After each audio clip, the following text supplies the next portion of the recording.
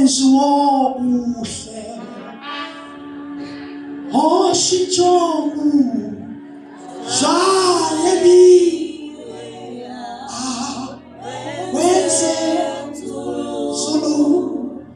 Ngiyabingelela abazalwane ngibingelela unkosikazi wami egameni lika Jesu together no-Iman. Let's just asibazamele ngezandla abazalwane. We support says the Lord because ngiyabonga uNkulunkulu ngonkosikazi because i-support yakhe it goes beyond and then siyabonga uNkulunkulu ngalokho. Ngiyacela ukubingelela also umfundisi phakathi kwethu umfundisi uMalo. We honor your presence mfundisi. We appreciate you babeka kahle nohlelo. Amen. And then siyabingelela kakhulu nabobaba abakhona phakathi kwethu bayisibusiso. It's a blessing to have them. Nethimba lonke le-Deconnect leadership la ekhaya siyahlonipha kakhulu. Upholo lonke bala ekhaya kusuka kwabasha and then kuya even naku Sunday school. We appreciate nenkono nabaphathi babomama as well. We honor you so much. Umageba umsebenzi muhle and then lapha eNkinobeni. My brothers and my sisters, oh mama, oh baba, egameni lika Jesu ngikuthethe ngicela ubingelela umakhelwane wakho umshayele isandla. Amen. Thank you for coming. And then ngiyanotice ukuthi ihlale eziningi zi-empty. And then abantu bathaba nje ibhabhalazi ukuthi le conference lesuka kuyo. And then abakabona uJesu. Bajayive kakhulu abazalwane sekunzima nokubuya ecaweni. Nibashele abantu babone ukuthi inkonzo njalo isaqhubeka. Kuleyo ndaba yokufaka kaKristu nokuvuka kwakhe usaqhubeka abakabona uJesu. Amen. Umsebenzi wakhe ubonakala kakhulu uma ngabe sevukile because there is a Lord that we see. Ibandla liyazalwa, ibandla liyakhuliswa, oPaul bayavuswa bese befundisa ukuhamba noKristu nokuphila insindiso, bafundisa the fellowship, bafundisa all of that. There is a lot of work uma uJesu esevukile ekufeni. Nalapho mayisenyusiwe ubuyele ekhaya kusaba nomsebenzi omningi abaphostoli abawenzayo loqhubekayo kuze benamhlanje. Ngapha uJesu so umtshela makhelana ayiphelele indaba kwi-conference. Indaba yaqhubeka. Ngiyathokoza kakhulu bazalwane for this wonderful time. Umntana kaNkulunkulu umsindisiwe. Ngiyamthanda uJesu and then wamenza lomusa. Ukube bekungeyena ngabe impilo yami amiyazi ngabe idwangu zami but umusa ukuthi ngisindisiwe. It's not because ngihlakaniphe kakhulu, it's not because I know better, but it's God's grace eyambuleka ngimpina kwambulela lo musa. Uma ukhulele esontweni uwazi kangcono ukuthi lento yokucawa lento yokusonta kuba injwayelo kuwena until you miss the revelation of Christ.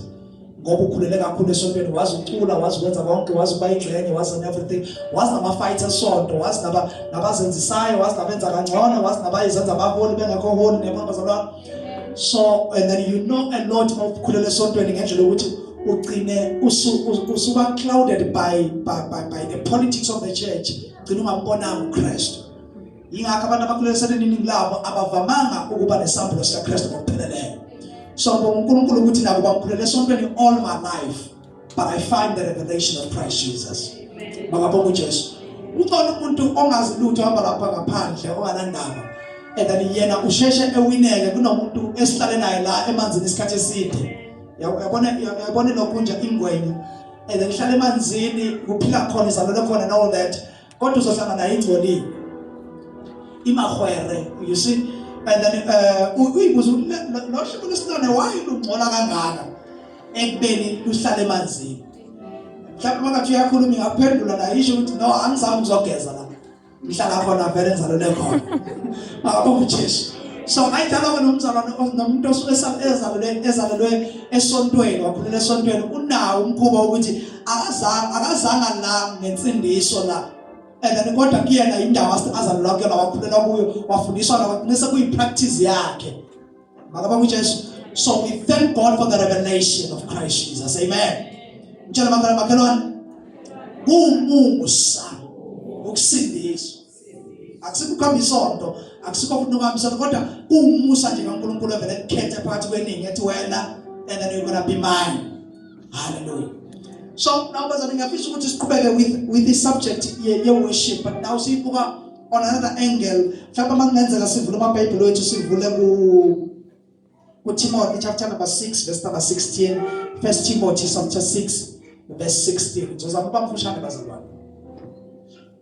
esivela conference enhle kodwa last week hawu malibonga balenkosi mama kaNosipho akubonanga niyaphila ngejabula ukubona and then wafika kodwa udadewenu seduze and then siyabonga ukubona it's been a while. God bless you. Amen. Ngiyathemba ngelilanga uzoqhamuka kuNosipho Nosipho yes ngiyathemba ngelilanga uzoqhamuka kuNosipho ngiyalibamba igama lakhe. Amen. Bazane verse 16 chapter 6 verse 16 the Bible says who alone is immortal and who lives in unapproachable light, whom no one has seen or can see. To him be honor and might forever. Amen. Yena yedwa onobungafi ehlala ekhanyeni okungenakusondelwa kuwo ongazange abonwe muntu nongebonwe makube kuye udumo namandla aphakade. Amen. Amen. As I read that verse in the power of the that's Papa Mesha as I pray. Father, we thank you, we bless you. Your word is faithful, powerful enough to draw us nigh to you. We pray your grace, we pray your power. We pray your revelation, Father God, to be revealing Christ in this place until we see your glory and your holiness. Amen.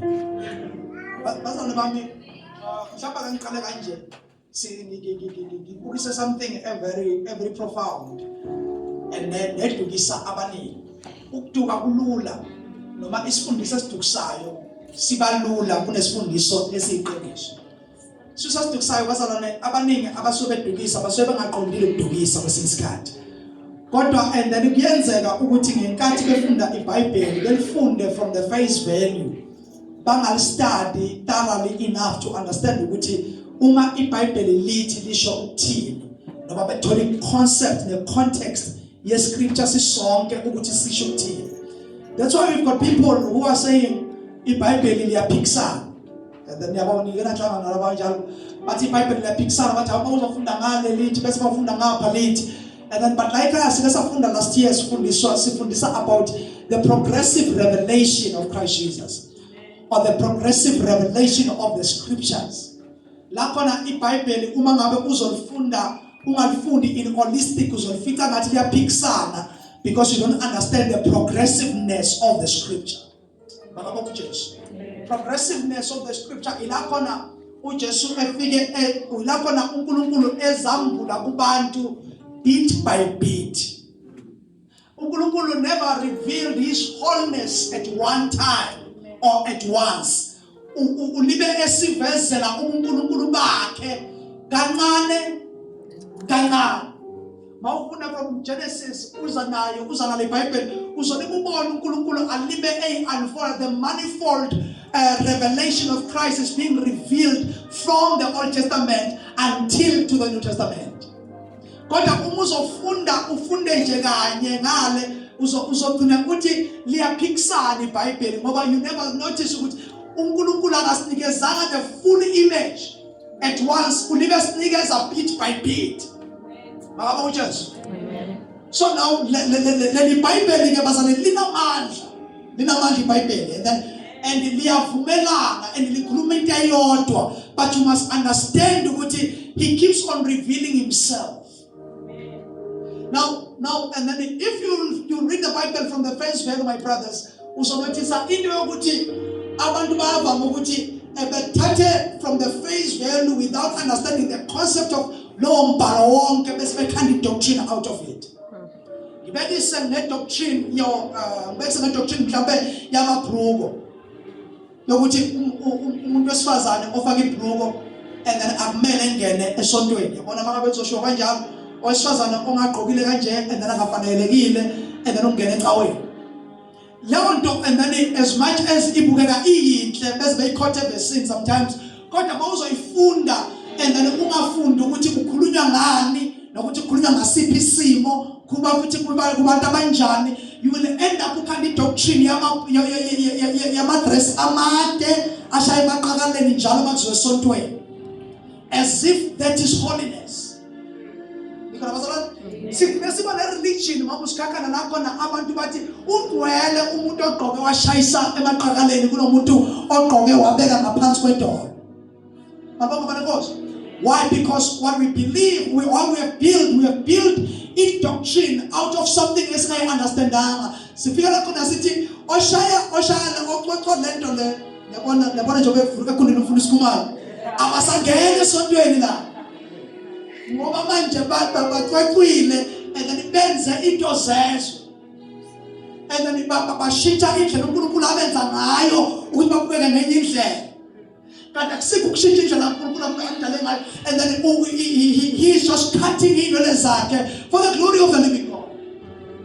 So now we have a problem. Yokuthi umuntu uthathe lesi scripture wangasifunda ukuthi sisho ukuthini sikhuluma nasini ngayiphi situation so that you can find the real meaning of the scripture. Bese out of that could develop a little thing a false doctrine. Amen. What the basifunda so the scripture, what the basifunda bangas understand out of ukushumayela lokhu understandile ubese upursue noma uperpetrate into esibiza nge false doctrine into engashiwo iBhayibheli ngqo. Why misunderstanding? Why misunderstand ukushumayela into emisunderstandayo? Be careful uzoshumayela into a false doctrine. Uzophenduka umprofeti wamanga. Bazanyazi ukuthi phakathi siyasindele ukuthi ama-program ngilapho khona masibathi and then umjamlenze igama and then ungawabaniswa uthemba ukuhle igama ungabanjamlenze sibongo uzalwa ngo-19 what and all that bese siyitshela ukuthi hayi lona ngathi uya kube nomprofethi wamanga nani noma egeje leso profeto and then ethi uzalwa ngo-2000 kanti umjamlenze wango-19 something. And then already says sensitive prophet amanga okugeje umnyaka uzala kaMkandlamlenze. But that's not a false prophet. That doesn't identify a false prophet. A false prophet is identified by the spirit behind. Amen. Firstly is the spirit. That's why Bible anoshela ini test the spirit. Ngenzeka egeje prophet kodwa ukuthi uhamba ngomoya kaNkulunkulu just that yena ugejile. You see, ebese kuba nomuntu osho into engqo eyiyo lobhekene nayo kodwa ukuthi ispirit ahamba ngaso akusisa sikaNkulunkulu. Now and then ubani all right osho khona ngqo noma osho outside of the spirit of the Lord. You know osho kahle, you know osho from the spirit of God egeje noma bunjalo. Uyena wenza iphutha kusuka yoNkulunkulu oqabisana but wenza iphutha yena kodwa into ebalekile akusikho ukuthi utheni into ebalekile is the spirit behind usebenza from which source then ebese kuzoba ne false doctrine noma false prophet abamisquota iscripture i-concept the meaning yezwi bese bayibuilda i-doctrine out of that lakhiwe ibandla lakhele pay kwento ayimisunderstandile lo shumayelayo mabakhona lo bandla lakhelwa emangeni alakhele eqinisweni. Now learn to know it's a false doctrine. Ingakho iBhayibheli likhuluma about abantu abangothisha bezwi ukuthi bayojaja labo bantu labo because usazotesta ngalento oyifundisile ukuthi awu establishanga inamanga egameni lokuthi uyafundisa. Base babashumayelayo abashumayelayo because abashumayelayo benza kanje sikayithanda ukuyithatha into abayisho sihlanye nje sihlanye amandla abagijima ngayo nawe babamba ngayo sivela sibenge yabo kodwa basiphuma la singayi beyiphila lento abayisho because bebazivuselela nje kodwa umuntu ofundisayo now usuke al-ground ibandla manje you must be careful ukuthi ul-ground leqinisweni noma ul-ground lemangeni. So now lona osuke kuthumela nje and isono what that's better because siba revived sihlanye basiphuma la ngaphandle bebuza ukuthi and then nacha baka bekushinyana ngathi I know ushumela bebaba utheni it take you ukuthi bekhona ukuze understand ibina amandla into ibila pha akuthi ubeshumela ngamandla singayikhela kuyo esingathi u10 asikwazi ukubamba ukuthi u10 ungcono lo ngiyamncoloza lo kunalo esikwazi ukubamba ukuthi u10 kodwa sibambe usitshele into ngasiyo contrary to the scriptures because lowo yithina esiaffectekayo phinde naye futhi uyaffecta because ngelinye kuyoma phambi kwesihlalo about let ifundisa. That's why you must be careful ukuthi uhlala ngaphansi kwayiphi teaching because now leyo teaching leyo kungenzeka isilide kungenzeka ikuyise endaweni right. So now we must make sure ukuthi we understand ukuthi iBhayibheli lithi liqala before singa conclude ngerevelation. Isambulo ibandla kumele lakhele phezu kwesambulo esingekho kuKristu. Oh basana baba. And then khona ezinye ifundiso ezakhele phezu kwesambulo kodwa singanalo iqiniso lezwi okuKristu. Leyo ndlu ayimi ingakho lithi iBhayibheli and then osozana uyayakha indlu yakhe yakhele kuphi edwalweni. And then ngiyazi kusesicabanga imishado ngani ngiyakubona kwemishado but then kumele ubambe lento edwala idwala ubani bazalwane uKristu yinto engenakuzanyazanyiswa. So now yonke into yakhiwayo kwamele siyitest ukuthi yakhele edwala leli uKristu yini nasiphokazi because mangabe ingakhele edwaleni kulula ukundiza nomoya ofikayo. So every doctrine, that's why singers the doctrine like about the sacraments, mostly the sacrament of Holy Communion. Ukuze si ground leswini kuKristu more than we ground la kwizinto esicabangayo ukuthi ubani ofanele ubani ongafanele. Ngiyaqonda bazalwane ngoba lento ukuthi hayi ubani ofanele ukudla ubani ongafanele kodwa singayitest lento ngezwe ukuthi ithini izwi lithi ubani ofanele ukudla isidlo ubani ongafanele. Yonke into siyibuild ngokuthi thina sicabangayo hayi wena ukho holy enough ukuthi ungadla isidlo. Uthini uKristu about ofanelekile ukudla isidlo. These are doctrinal subjects. And then kuna doctrine yesifundisa doctrine ye Trinity, the triuneness of God. And then uNkulunkulu umthathe njani? Emunye. God the Father, the Son, and the Holy Spirit. And then ye doctrine there. Yeba. And then when you understand, akumele sizwe kusasa usuthi no bazane and then ngibingelela uNkulunkulu abathathe egameni likaJesu awu. Akusasiyo phela manje. Nikona bancane. Sesikuze yabahlalaza manje and then ngoba sana sibe noNkulunkulu Baba. And then sibe noNkulunkulu Ndodana, sibe noNkulunkulu Ngcwele. Ngiyababingelela nje bebathathu. Mawuthe uyababingelela bebathathu bese ungaconclude ukuthi bebathathu emunye. Emthathu emunye. Then we have got a problem. Leyo doctrine isimisile manje. uNkulunkulu umthathu enjani? Emunye. Are we understanding ngokwemetha ayenzi inqondo ngokwemetha ngisho bazalwane kodwa ngokwedoctrine yethu leyo nto iyayenza imethe esezulwini.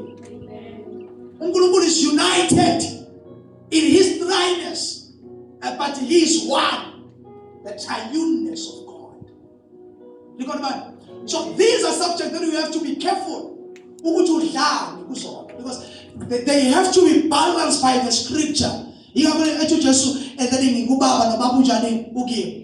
So now that's the oneness of Christ and God, Christ and the Father. And then if you have sinned, we have seen the Father how. Nomuntu uphinda futhi ebe equal to God. Ephinde ubaba wayena. You see, so now that says that's the doctrine that you cannot divide this Trinity. Mawuhlangana noMngcwele uhlangana noNkulunkulu. Mawuhlangana noJesu uhlangana nobani? Mawuhlangana nobaba uhlangana nobani? NoJesu. Mabonga balenkosi. So these people or this triuneness of God, you cannot separate it. It's a doctrine of the church. Kwamele sibe nesifundiso esikhuluma kusona esimi ezwini esingamile kwimicabango yethu nakho misunderstanding ne-concept ye-scripture. Because but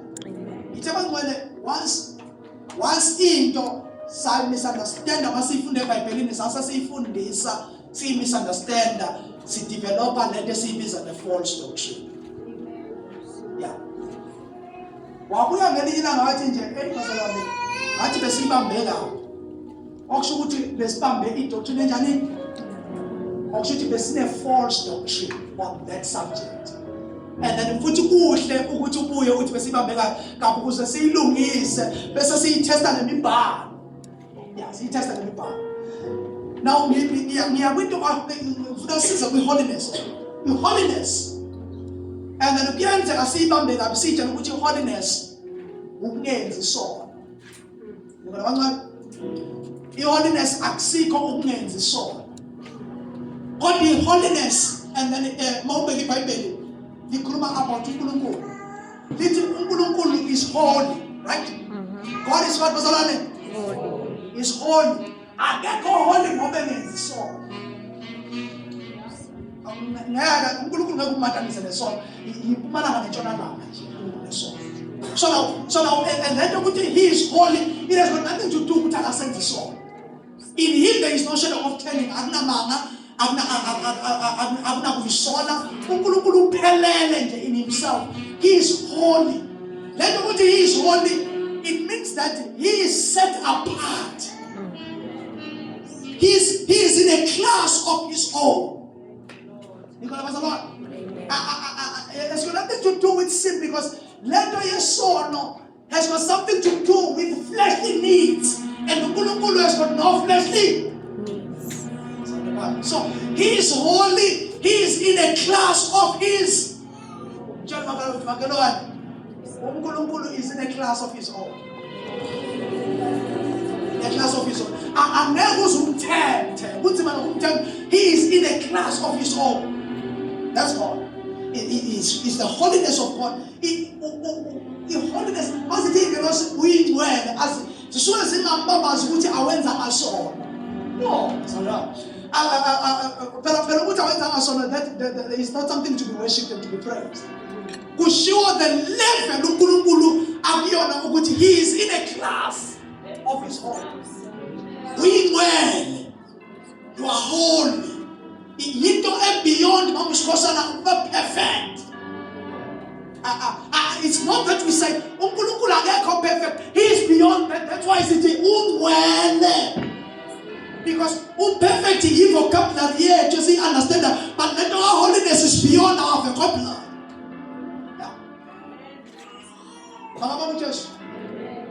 Now, must cause uNkulunkulu iBhayibheli limveza kule subject besikuyona yengelosi, iangelology, and then singene kona that deep for the past few weeks, for a month or so. And then sishilo bazalwane ukuthi uNkulunkulu asimkhonzi noma simdumisi ngoba kunezinto asenzele zona, but simkhonza ngenxa yothanda sinike lona. Asimkhonzi sime eyintweni azenzile, simkhonza sime othandweni asike lona. In worship, the reverence, the honor for God comes from the love that we have for him, because he first gave us love. Was tanda qala, because of that love. Asiphelona bese simthanda, simkhonza, simhlonipha, simhonora from the position of love. Noma izinto zikhona, noma izinto zingekho, kodwa kukhona into ezingalahlekelwa yiyo uthando lukaKristu. Athi uPaul ngelilanga, yintoni eyosehlukanisa nothando lukaNkulunkulu na? Esebala ukuthi nandlala nakufa nani ebale yonke into enzima ehlela abantu ethi lezo zinto can never separate us from the love of God. Now that has to conclude one thing, ukuthi ayikho into engasiyenza siyeke ukumdumisa, as long as we have this love that is unshakable and unmoving by any circumstances of life. Our worship will remain the same. Ayikho into that can push us from worshiping him, because uthanda sinaye ngalo noma uthanda siphelona. Akhona umuntu athi uthando asinike lona uyise, yabona, uthando umusa what and usiphile asimthandi ngoba ethandeka, and then beyond ukuthandeka. And then she turned up because of his love that he has gave us. Kana asimthandi ngoba simbonile physical. Wasana nothando kaNkulunkulu beyond ukuthinga nokubona nokusmela. It's beyond that. Awusakhumbula ukuthi uyakhumbula ukuthi kahle kahle beningakaze mnahlangana neNqwamana nje wabona ubuso nobuso. What now? Kodwa unjani? Uyamthanda. Last time I checked, yonke into oyithandayo ingoba uke wayibona and then wayibona ithandeka wasuyithanda. Kodwa lo luthando lolu ingakho ethi ngelinye ukukhuluma ngomprofeti thanda uJeremiah uthi Jeremiah and then 1 year ngenze njani? So now I am lost ngokumntombo kulolu thando. And then 1 year ngaye umuntu okuyengile ukuthi akakhombisanga into ephathekayo sometimes. Kodwa wavele wakuconvince ngamazwi akuyenga walutheka. Wavele wathi drown into love wabelivela kulonto. Wayibona ushaya istep wayibona sonke lokho and all that kodwa ukhuluma nomuntu ongakhombisa ngokunikeza. Ekuthambisa into eyinkulu wangiyenga ngayengela.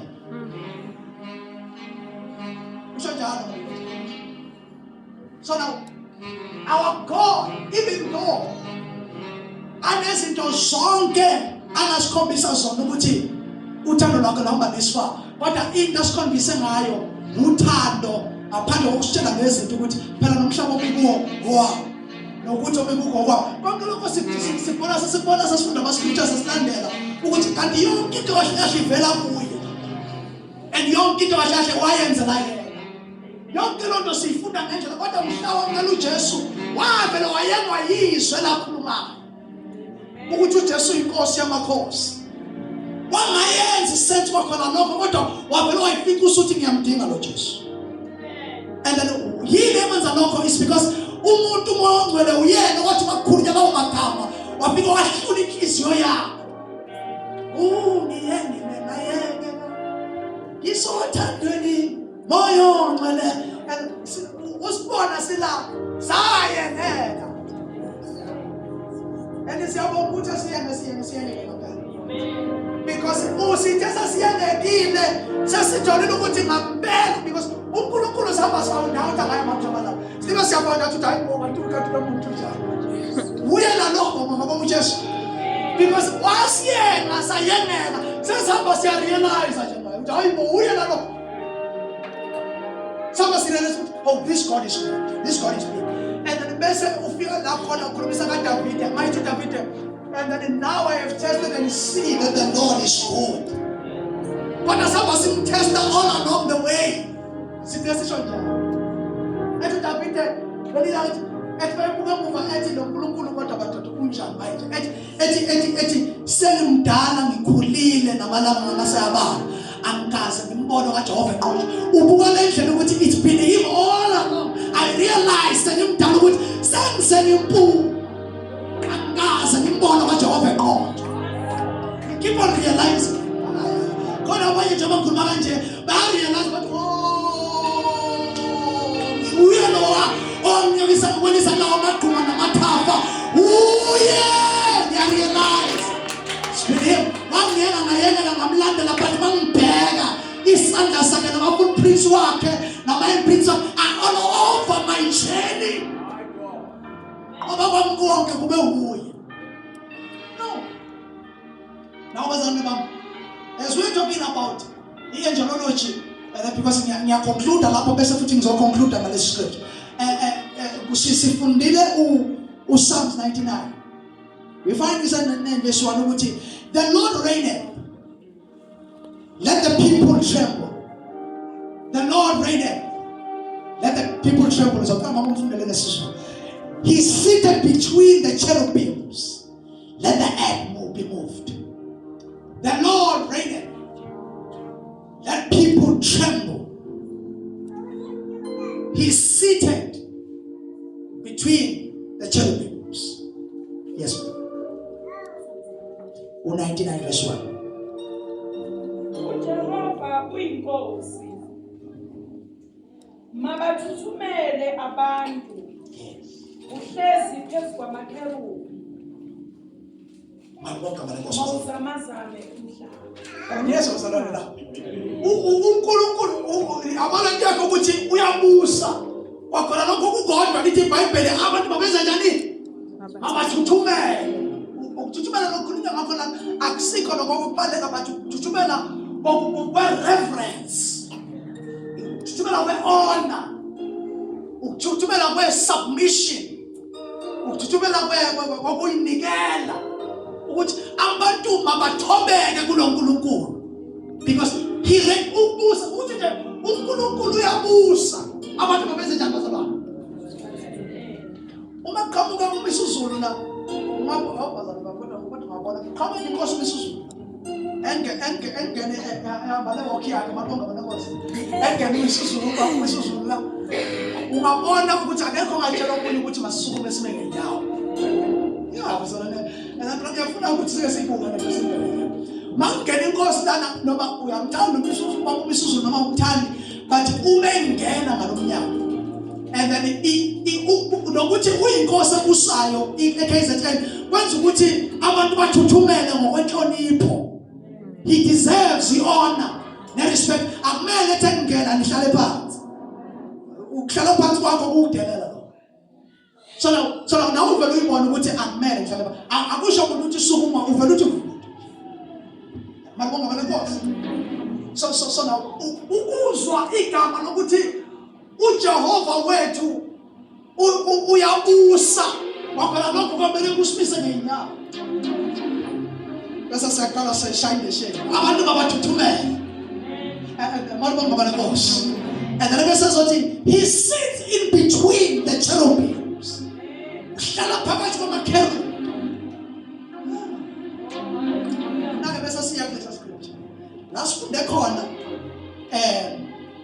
leso sokuqala sithi who alone with Timothy chapter 6 1 Timothy chapter 6 verse 16 who alone is immortal yena yedwa onganakho ukufa haleluya wonke amakhosi wacabanga yenze njengazalwane ya kodwa lithi lana yena yedwa onganakho ukufa ukungabi nakufa bazalwane it doesn't only mean dying physically.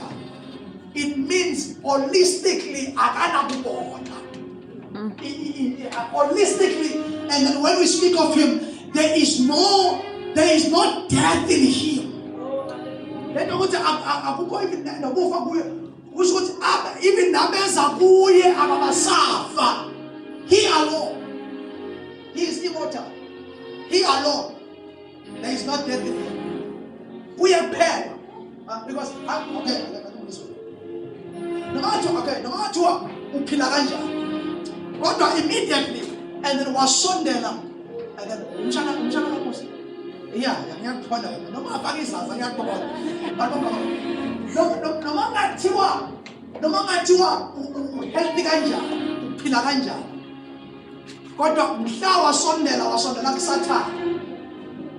Already ususondela kuphi? Ekufeni.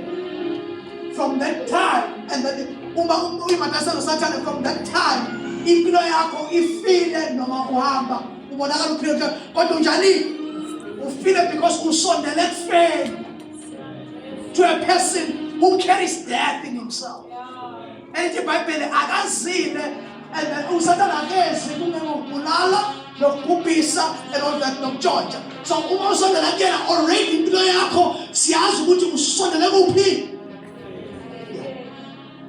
But when you come closer to God, no matter my brothers and then ubuzizwa uweak ufa kanjani kodwa wasondela kuNkulunkulu yena lithi iBhayibheli kuyena kunokuphila so ukusondela kuye and then automatically wenza njani bazalwane kuyena futhi nenkululeko noma uthi uboshwe yini either biologically or bloodline or curses mokusondela Jesus yathemba lo understand now if I'm putting together and who lives in an unapproachable light ngithe uNkulunkulu uholy hayi lo holy ukuthi akenze isono because that's the lower level ukungenza isono is a lower level mabona abanenkosi uNkulunkulu is not trying to battle with sin. He's not trying to battle with the devil. He is in a class of his own. Holy in that man. He sits or he lives in an unapproachable light. In an unapproachable light. Who can see.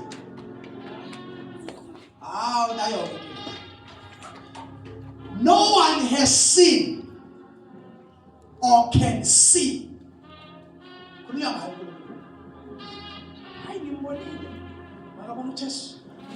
And then we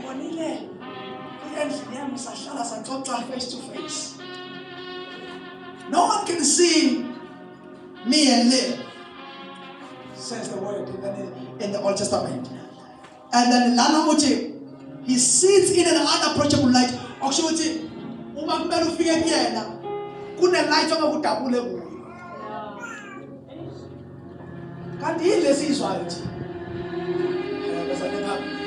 is the essence of God.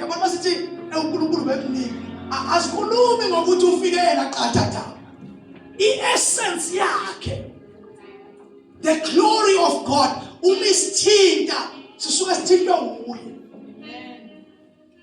Amandla akhe angafikanga ngaqathatha siqu sakhe complete, but ukdeposit amandla akhe pay for service suke sazi ukuthi uNkulunkulu unjani ukhona kodwa yena lahleli khona.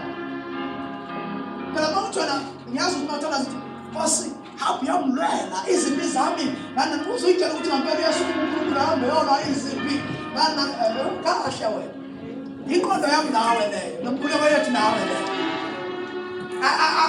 akekho kwi-level yokuthi angazona izinto abhekene nazo. He is in a class of his own. Ngifuna nami understand ngiyamkhumbula and then mntaka mababa ukuthi uLucifer ezulwini lapha ngenkathi erebella against God. uNkulunkulu akazame alone Satan because uNkulunkulu is holy. Too holy in a class of his own. With his own creature integrating. What means a creature should fight this creature? What to get on a Bazalon? What to put and then the Bible basically within a blinking of an eye, the war was over, the devil was out. Now, the created by God Himself can fight the devil within the blinking of an eye. And God, so within the blink of an eye.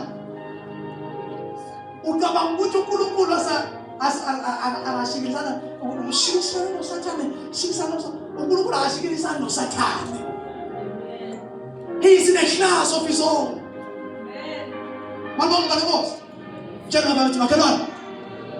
He is in a class of his own. That's why uNkulunkulu issue lakhe lilodwa nje bayikhiphisha. Lilodwa liphelele ukuthi lingaphilisa impilo yomuntu. Lilodwa liphelele ukuthi lingaxosha 10,000 of battles, 10,000 of soldiers. Abalekisho ukuthi usekhulumile umlomo ngathathi imali. Ekhulumile nje kuphela. He is in the class of his own.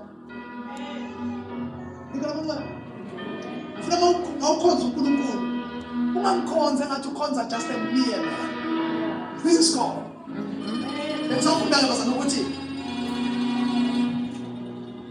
Whom no one has seen. No one has seen. Okay. Let's see Ephesians 4, verse 10. Ephesians 4. Because we have even then revelation of us who is God. And then once I'm going to serve and to men, then it's only him. Every now and then I stop out with him.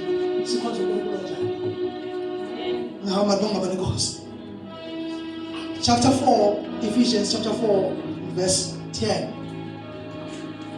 He who descended is the very one who ascended higher than all the heavens,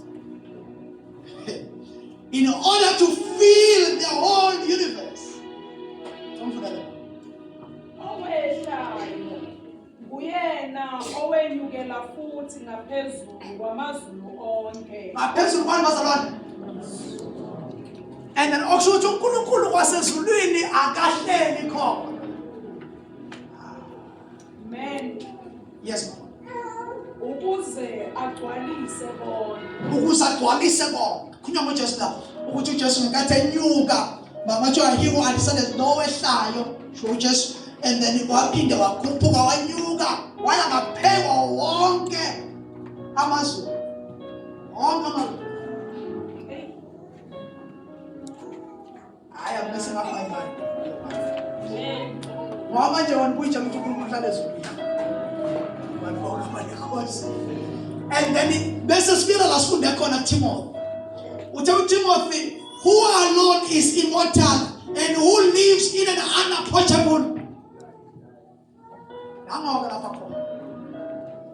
Akusho ukuthi usuwaqedile amazulu. Bese kuba nenye indawo ongasakwazi ukuthi unyukele kuyona. Because he sits there in an unapproachable light. Uma sibuya ngapha ku-Ephesians uthi, and then he ascended higher than all the heavens. Liphela bese futhi sikubona leli bese ukuthi uJesu and then wahlaliswa ngakwesokunene sikaBaba. Liphela lo verse bese. Ngifuna nalo sifune ngicela unibhekele lona mfundisi wami ukuze sifunde sithi precept upon precept, line upon line. And then uNkulunkulu uJesu malithi iBhayibheli wanyuka wadlula wonke amazulu, and then wayohla ukuze agcwalise konke okusemhlabeni. This has to speak something about God. Ukuthi uNkulunkulu akahlali kulamazulu esiwacabangayo. Yes.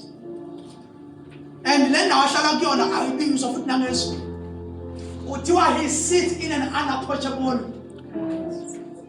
Hayi ngiyabona mabushabala ngubamba ngalo. Ngiyabona lento. Sengidideke ngempela manje. First Peter. Ngiyacela mama ukhumalo sivule khona. First Peter chapter number 3 verse 5. 22. First Peter chapter 3 verse 22. Ongenzanga isono akafunyanwanga nankohliso. Kahle 22. No, First Peter mama chapter 3 verse 22. Who is gone into heaven and is on the right hand of God, angels and authorities and powers being made subject unto him. Okhona ngakwesobunene sikaNkulunkulu esenyukele ezulwini, sekubekwe phansi kwakhe izingelosi negunya namandla. Ngikho labazalwane. I just silandele into kaEphesians ukuthi mayethu Ephesians Lord uJesu lesikhuluma ngaye wanyuka wadlula wonke amazulu esiwacabangayo, wonke amazulu naleli besicabanga ukuthi khona uNkulunkulu uhlala khona, wanyuka wadlulana nalelo zulu okulicabanga, and then wahlala ngakwesobunene sikaBaba according to the to Peter, wahlala ngakwesobunene sikaBaba. Okay, basa wanyuka, and then mayenyuka thina sayitsho ukuthi mayenyuka uJesu uyakuphi? uJesu usezu wenza ulibandla la wenza ulibandla. Bathi iBhayibheli livesa ukuthi wanyuka wadlula ngalelo zulu esinjalo ukuthi ulinde kuwo. And then wanyuka, and then waya la kuNkulunkulu khona, because uNkulunkulu is sitting in an unapproachable light according to the scripture that we read. uJesu wayohlala ngakwesobunene sakhe in an unapproachable. Mabonga. Sithe indaba holiness is beyond just looking at the soul, but he is in a class of his own, a place high above, a position high above. Even our character and bangasita, we position that is high above. Maskulumanga holiness, sikulumanga character yakhe engekwazi ukumataniswa nento ethile emhlabeni. He is high. Masithi high asisho impakamo. sitsho ngokwe-essence, ngokwe-beauty, ngokwe-kind, ngokwe-meekness, ngokwe-goodness, ngokwe-glory, ngokwe-shekinah. He is high above. He ascended to sit on the next of the Father, on the right hand. Now, kanti ezulwini nje bakuthiwa njengoba abanye kuma ngezulu nani izulu ukuthi ezulwini kunani isihlalo sobukhosi and everything. And then ukuze uNkulunkulu akangisukelele mo. Ukuze uNkulunkulu ngifuna ukuthi kube seduze ungabhudi yakho. uNkulunkulu njalo mayefuna ukuzo understandwa ngabantu. Uza kwi-level yabantu. But i-level uNkulunkulu asuke suka kuyo akusiyi level yabantu. Uza kubantu for their level ukuze bazo-understand to their level. Hallelujah, bazalwane. uJesu uNkulunkulu mayehla through Jesus emhlabeni, that doesn't subscribe to ukuthi he is in a class of his own. Uze kubantu through Jesus uzalwe enyameni ngenxa yokuthi uze kwi-level abantu abakuyo esenyameni. Now, angifuna ukuqinisa lento yokuthi ezulwini masithi kunesihlalo sobukhosi, manje iBhayibheli and then izulu isihlalo sakhe sobukhosi. Umhlaba sisenabelo sezinyawo zakhe. Lithi isihlalo sakhe sobukhosi alisho ukuthi uhleli khona. Kodwa lana liveza ukuthi and then he sits la hlala khona la phila khona. Lithi uphila in an unapproachable light. Yingakho iBhayibheli uma ngabe likhuluma about ukuthi likhuluma about creation in the beginning. Makwenziwa i-creation, uyazi ukuthi kwaqala kwakhulunywa ukukhanya kakhulunywa ngela. Nikola bangani, kwakhulunywa ngokukhanya, kungakhulunywa ngani? Thina masicabanga ngokukhanya, sicabanga ilanga, sicabanga imuli, sicabanga ama-stars. But uNkulunkulu mayekhuluma ngokukhanya, akakhulumi ngalokho. Ukukhanya lokho esinakho nokubolanga, and then kwavela ngenxa yokuthi wasekuvela kulokukhanya. God himself reflect. Nikola bangani, njalo ngamakhala kumakhekhe njalo sign in. It's going to be the best. Sign in. Hallelujah. And then sikulula mamusikakala ukuthi siyasitsha ukuthi no uNkulunkulu ukukhanya let the light kwakhulunywa ngalokho no ilanga yenye indaba le kwakhulunywa ngokukhanya ngakhulunywa ngelanga. Hallelujah. Kwaba khona ukukhanya kwakhulunywa ngelanga, kwakhulunywa ngama-moon and stars, kwaba khona ukukhanya. So now that's why ethi uma uJesu kuba ethi nina ukukhanya kwani, because it's where God is. uNkulunkulu maye operator umnyameni, operator from where he is, it's light. That's why umzalwane ophila la emhlabeni njengathi and then is unokukhanya kuyena ngenxa kaNkulunkulu who sits in an unapproachable light. So every time you live on earth, every time you walk on earth, you are walking under the light of God. Come up no light. Akukukhanya lokwelanga kodwa ukukhanya kaNkulunkulu. Manje iBhayibheli uvela ubumnyama kubaleke. Makama uJesu. uNkulunkulu akalidingi ilanga ukuze kukhanye.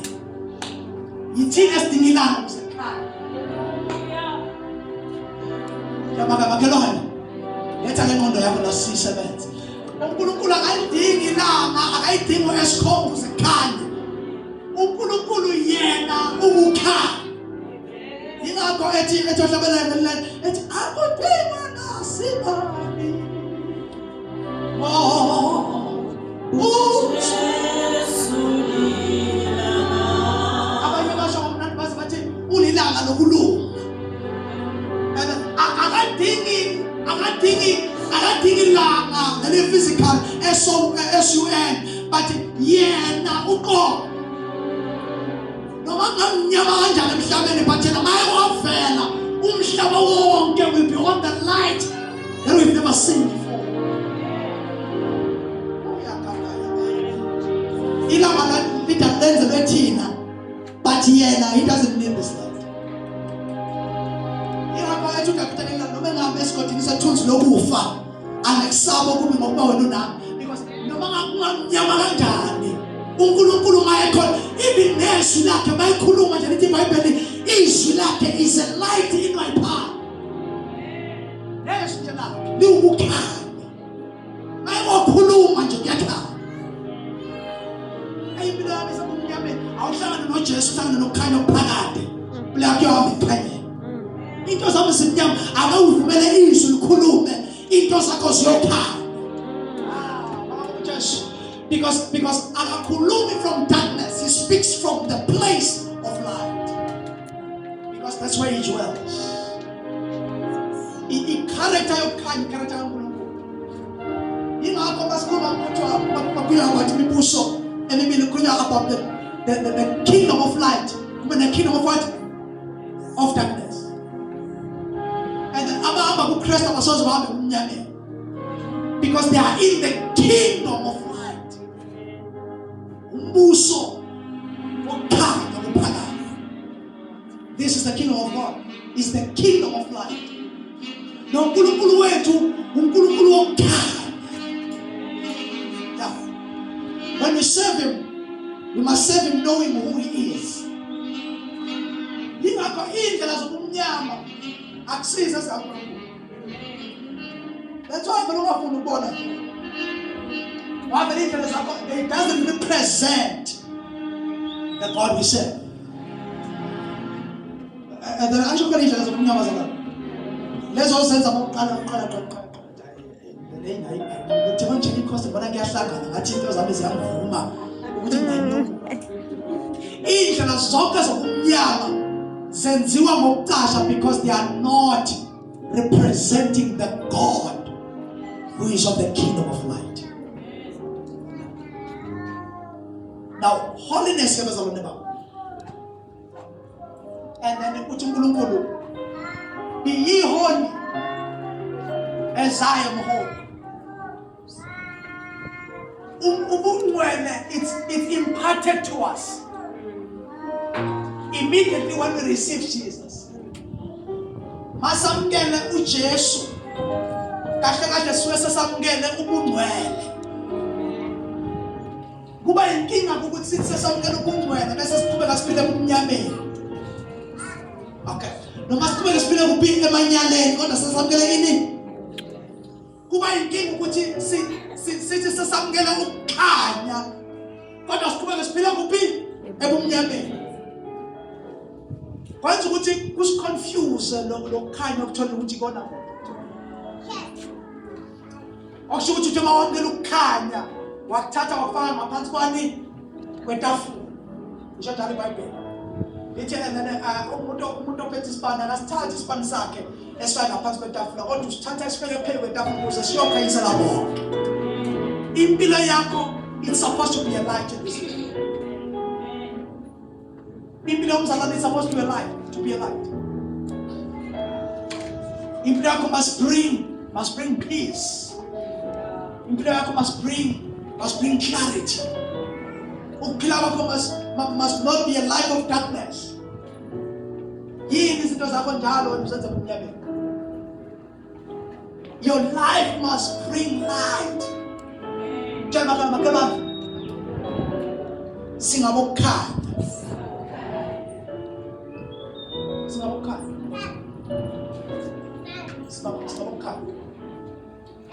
Even nokuseva kwethu asikwazi ukuseva si-divided. Siseva sebumnyameni siphinde sifuna ukuseva nasekukhanyeni. Ithi iBhayibheli you cannot serve two kings. You cannot serve two kings. But there is only one king to be served, is God himself. And the Bible will serve inkosi yokukhanya. Every time Moses kaweni awuzele ukuzozama i-double standard. Hey, namhlanje isonto athi ngiyezama into yesonto. And then namhlanje say Monday to Friday and then nothi ngizame ngaphandle. Awuphili insindiso nokukhanya ngoba usesontweni noma usemehlweni abantu, but insindiso impilo iphila in and outside of the church, because you understand that into yodwa ukuthi uNkulunkulu akahlala esontweni. Kodwa uNkulunkulu uhlala bazalwane. Awuyisho mzalwane wami ngoba phela ubhetha kangakanje lento ukuthi ucabanga ukuthi uzokumshiya la esontweni. Uhlala lapho uNkulunkulu bazalwane. Uhlala kuwe. So now what was ukuthi impilo iphila everywhere, and then it's not like ungaqashela thina but awuqashela uNkulunkulu, because uhlala kimi ngihlala kuye wethu sebenzila osibikela aphathwe uyaqobela uyaqobela izithanda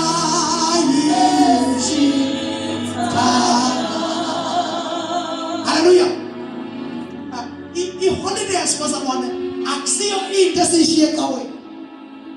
That's why i-doctrine yedumbu iyavama, noma i-doctrine yebhuluko yongafaka amabhuluko iyavama kuba into yasesontweni kuphela.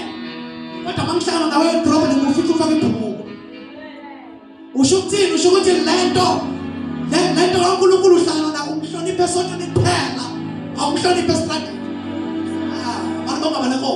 So now doctrine bazalwane must be scriptural. And kwamele ibe consistent ngisesontweni noma outside of the church.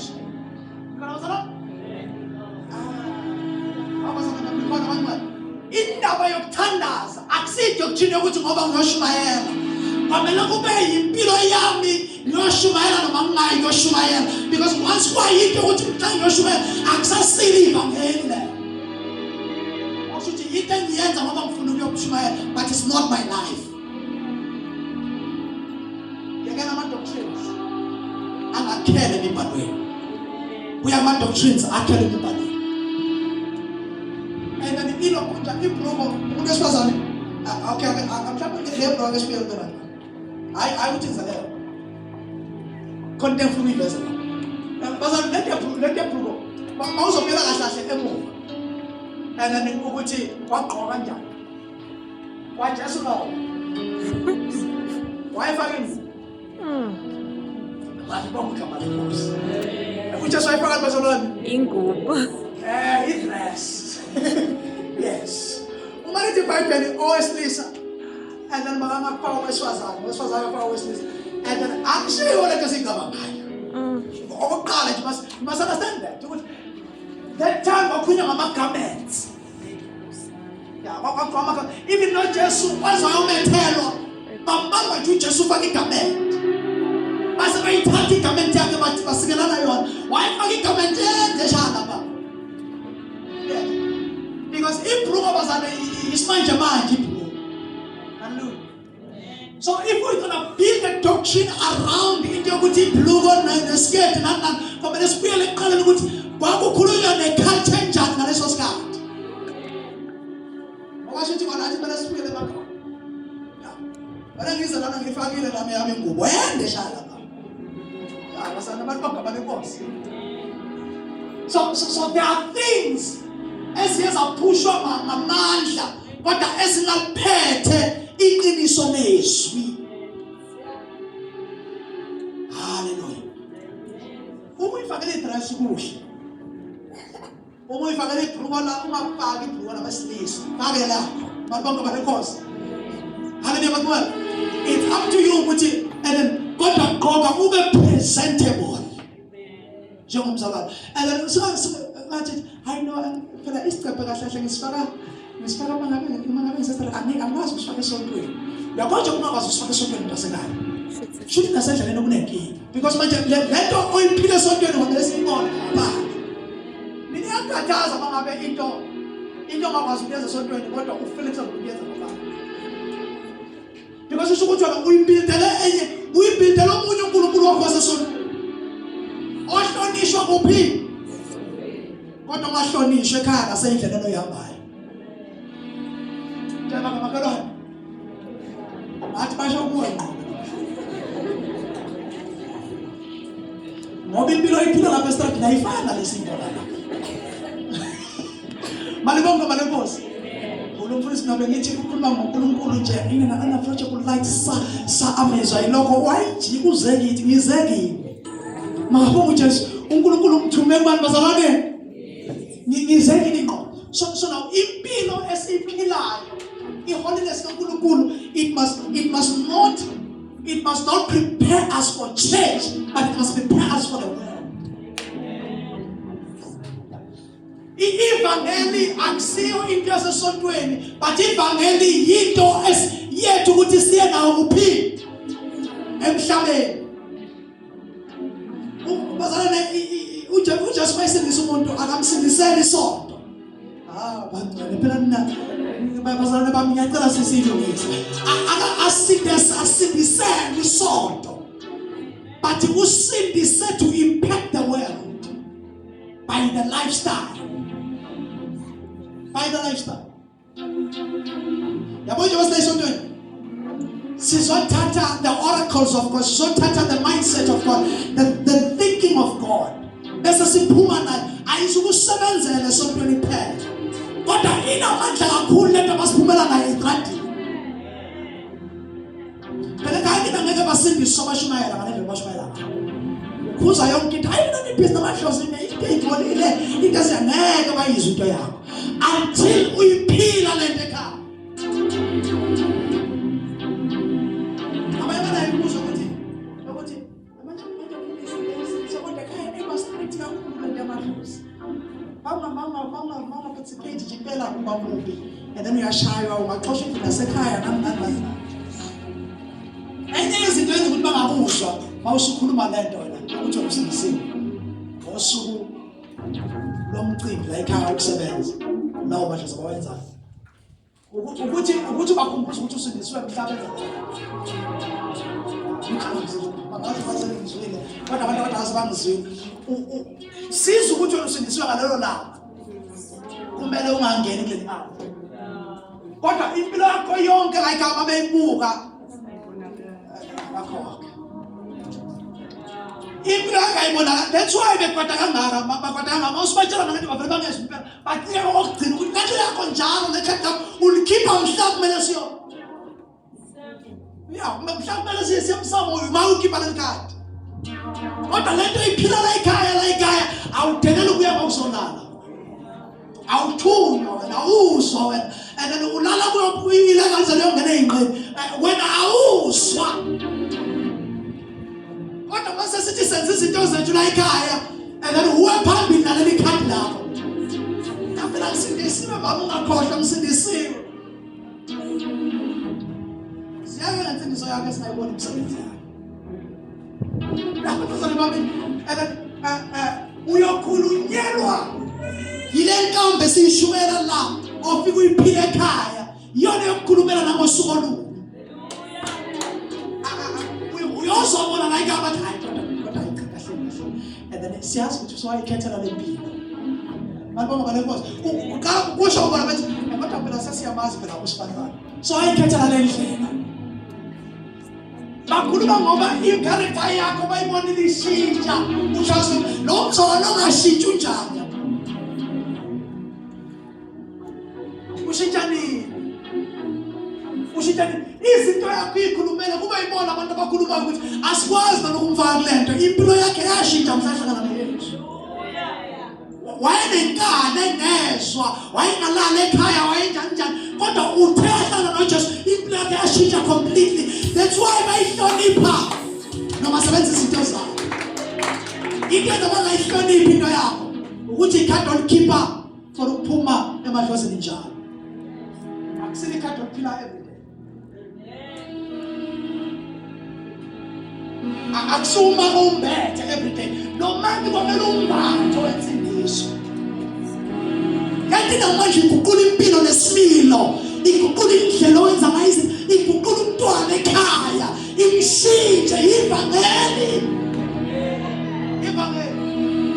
Asikwazi akwazi ukusindisa ukuqhubeka esifana.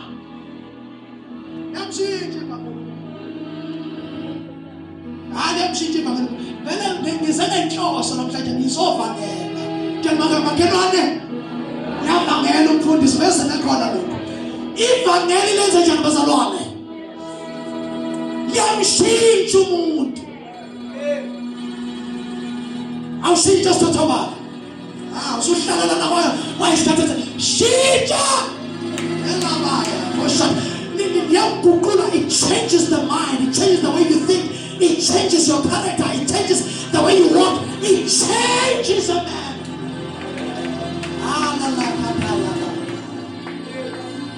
Uba uyaqala phela qotho liyamshintsha ubaba. Qala benesibili umama liyamshintsha qala benesibili liyayishintsha inkambo ivangeli. These are the good news that changes the life of a person. He sits in an unapproachable light.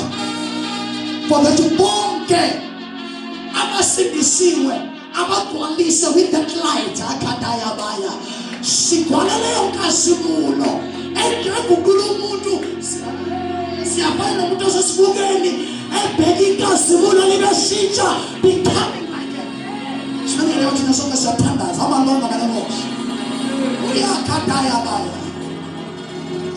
This is the gospel. This is the gospel. And yes, the thing is in our generation is the subject of grace. Yet the subject of grace that never came to push us to sin, but came to draw us to God. Subject of Musa, awufikelanga ukuzoqima i-awareness yesoul. Kodwa yafikela ukuzosirayizela ku-awareness about the goodness of God. Bese leyo mpilo kaKristu nobuNkulunkulu bumanifesta kithi. Hey! Alibamba boss. Yaphinde mami. Yaphinde mami. Atabasha, let's wait a moment. Yaphinde mami. I won't say overnight, but you must yield to the gospel. Yield. What do I yield?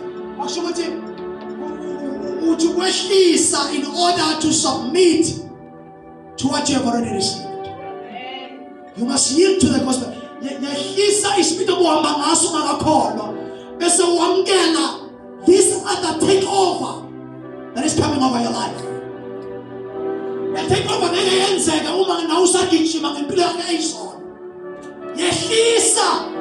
yield to this takeover. It's about to take over your life and change. Ngiyakhonelwa kuyibusiso. Ngiyakhonelwa kuba breakthroughs. Ngiyakhonelwa kukho konke that God is calling us to higher places. But kuyini ungena kuma higher places? Kodwa silahlekelwe umsoco nojuice neqiniso lebhangeli. Ukuthi uma ngabe sesilapha kuma higher places, but sibe kuleyo higher places with pureness of heart, pureness of character, pureness of love.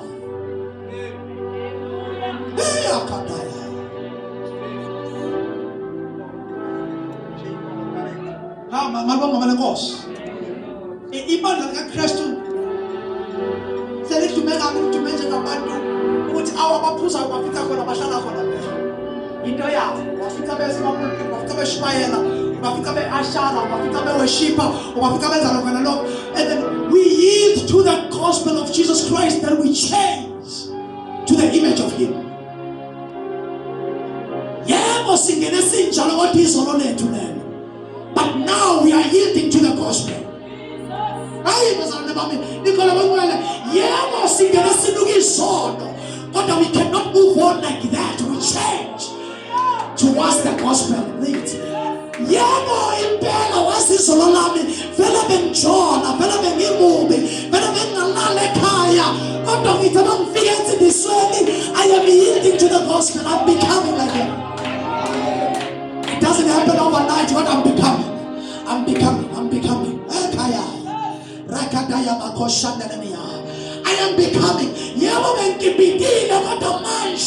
I am gospel here, I am becoming what he is. Like a Zukadiama Yakoshande. Lepekadea Baba Yana. Yabo, the women of a super, but I am becoming. Yamabanista Bani solo, Yamabanis Pleni solo, but that's my yesterday. I am becoming Hakatayama. Be patient with me. I am becoming. I am changing. I am changing.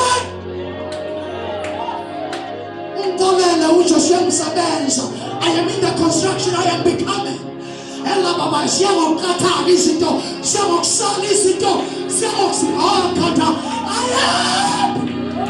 am becoming.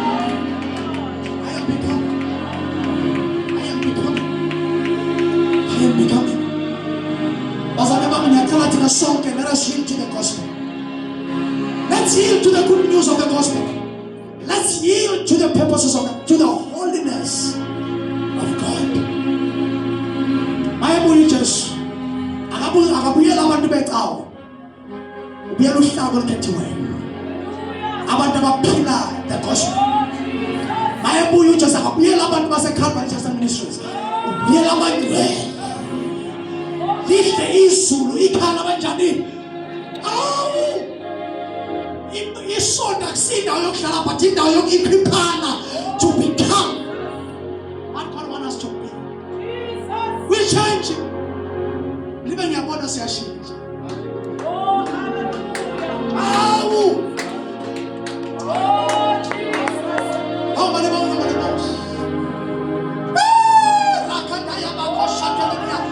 We are becoming. We are not preaching condemnation, but we are preaching Christ. And I feel which is a plan of Mutu Salify. At my feet, I am Kuku. Be ye transformed. It's about change. It's about becoming like Him. If not every now and then, we be Muti. Uche send from the one season and the night. I was waiting last year Benijin that this year in Safar. There must be progress. There must be progress. Bengezwa mshini na bengezwa lutho. Umjolo bekinto yami kodwa manje there is progress.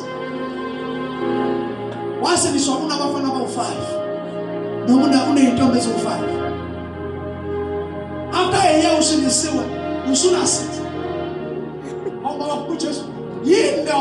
Are you becoming better or you are becoming like Christ? No. You are becoming worse. How? What are 5? After a year later, it's about 6 or 7. Where's the other one? You can't do it all now. Because I'm going to go to him. Then you let me know. But over the past year, and then my life has become better. Some people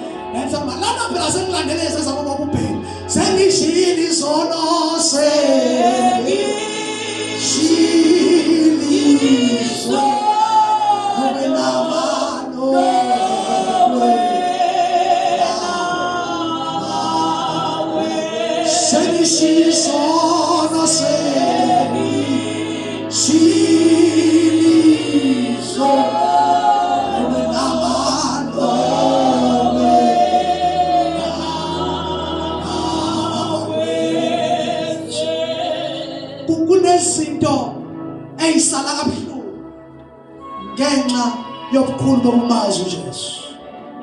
Uthi phone konke kwakuyinzuzo makushaya indiva neze ngenxa yobukhulu bokumazi ngamazi uJesu. I don't want to be a pastor who ofukamela amabibi and not tell you about the truth of the gospel. Insindiso iyaguqula umuntu.